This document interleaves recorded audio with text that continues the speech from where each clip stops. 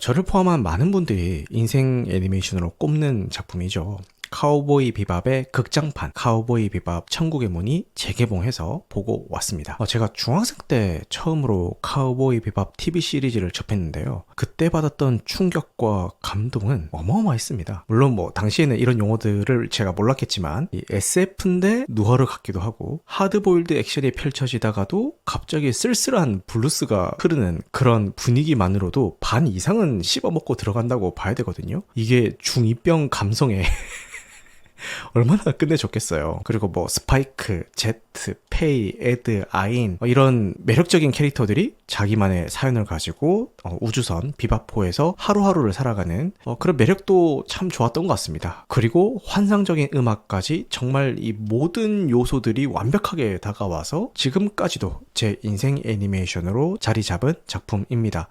근데 참 이상하게 제가 TV 시리즈는 그렇게 아끼고 반복해서 봤는데 극장판인 이 천국의 문은 어쩌다 보니까 오랫동안 볼 기회가 없었거든요. 의도한 건 아닌데 어쩌다 보니까 그렇게 됐습니다. 그러던 중에 정말 반갑게도 마침 메가박스에서 재개봉을 해줘가지고 이번에는 꼭 봐야겠다 싶어서 드디어 극장 스크린으로 이 작품을 만날 수가 있었습니다. 이 영화를 보면서 제일 먼저 느꼈던 거는 마치 TV 시리즈의 에피소드처럼 만들어놨다라는 생각이 들었고요. 카우보이 비밥 TV 시리즈 자체가 비바포 멤버들이 이 현상금을 쫓아다니면서 겪게 되는 다양한 사건들을 옴니버스 형식으로 풀어내는 구조잖아요. 그래서 이 극장판도 그런 기본 틀의 연장선상에 있는 것 같더라고요. 하지만 솔직하게 영화 자체에 대한 감상을 냉정하게 평가하자면은 그냥 그랬다라는 느낌에 조금 더 가까운 것 같습니다. 아마 제가 TV 시리즈에 대해서 가지고 있는 애정도 크고 그만큼 기대치가 높았던 탓도 있는 것 같긴 해요. 기대치 반비례의 법칙이 있잖아요. 이 TV판은 20분 정도 되는 그런 짧은 시간 안에도 강렬한 여운을 남기는 에피소드가 많은데 극장판에서는 그게 조금 옅어진 그런 느낌이 들었습니다. 2시간에 가까운 러닝타임 동안 이 화성에서 벌어지는 생화학 테러 사건과 그 배후를 쫓는 이야기인데 이야기가 진행될수록 뭔가 막 긴장감이 고조된다라는 느낌보다는 중반부에는 약간 좀 늘어지는 구간도 있고 클라이막스에서